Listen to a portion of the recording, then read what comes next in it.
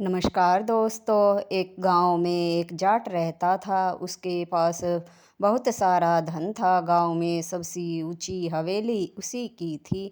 एक दिन वह जाटनी के साथ भगवान शिव के दर्शन के लिए मंदिर में चला गया। मंदिर में जब गया तो उसने कीमती जूते पहने हुए थे। मंदिर में चढ़ने से पहले उसने अपने जूते उतार दिए, पर वह सोचने लगा कहीं उसके कीमती जूते चोरी न हो जाए। वह इधर उधर देखने लगा। उसकी नज़र पैड़ियों पर बैठे एक भिखारी पर पड़ी। उसने उससे कहा, क्या तुम मेरे जूतों का ख्याल रखोगे? भिखारी ने भी हाँ भर ली और कहने लगा, ठीक है चौधरी साहब, मैं आपके जूतों का अच्छे से ख्याल रखूँगा। आप महादेव के दर्शन करके आइए। यह बात सुनकर जाट जाटनी के साथ मंदिर के अंदर पूजा करने पहुंच गया। जब जाट पूजा कर रहा था तो मन ही मन कह रहा था, हे बाबा भोलेनाथ, आपने सबको एक समान क्यों नहीं बनाया? कुछ लोगों को तो मेरे जैसा धनी बनाया है, जिनके पाँव में भी हजारों के जूते होते हैं, और कुछ लोगों को उस भिखारी जैसा बनाया है जो बाहर मंदिर की पैड़ियों पर बैठा भीख मांग रहा है, जो 2 वक्त के का खाना भी उसे नसीब नहीं होता। हे भगवान, तूने सबको एक समान ही बनाना था।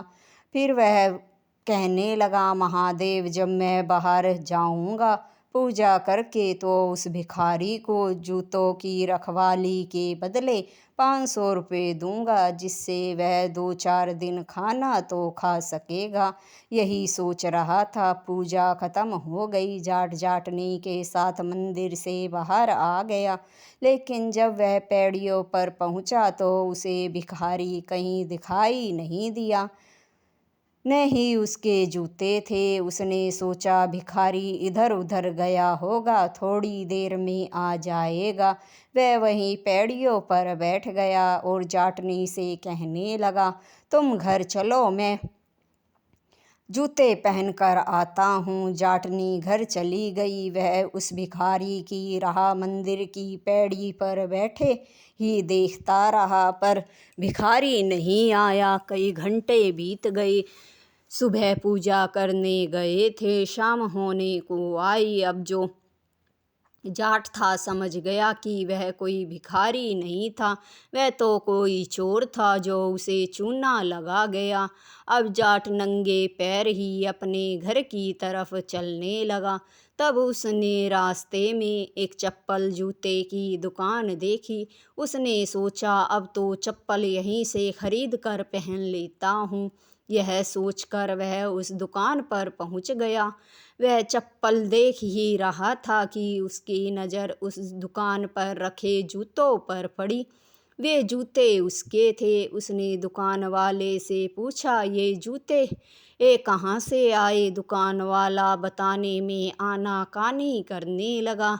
फिर जाट ने उसे सख्ती से पूछा कि तुम बताते हो या नहीं, ये जूते तुम्हारे पास कैसे आए?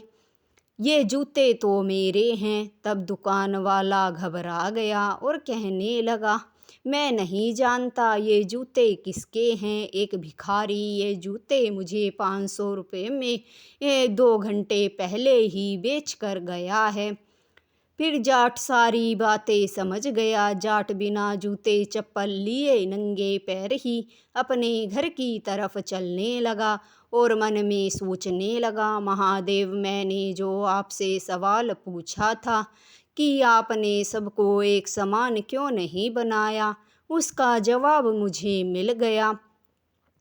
भिखारी ने चोरी करके वे जूते इस दुकान वाले को 500 रुपये में बेच दिए। इससे उसका कर्म बिगड़ गया और अच्छे कर्म की जगह उसने बुरे कर्म करके 500 रुपये कमा लिए। वैसे भी मैं उसे मंदिर से बाहर आने के बाद 500 रुपये जूतों के बदले में देना चाहता था, पर उसके कर्म में वे नहीं थे।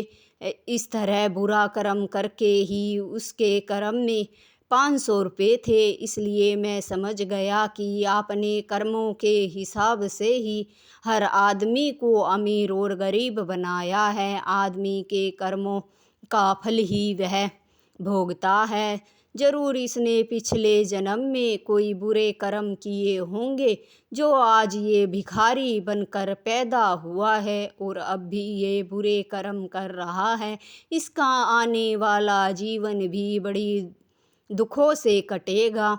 यह कहते हुए जाट अपने घर पहुंच गया और कहने लगा, अच्छे और बुरे कर्मों का फल हमेशा मिलता है। कहानी आपको अच्छी लगी हो तो लाइक, शेयर और सब्सक्राइब ज़रूर करें। धन्यवाद दोस्तों।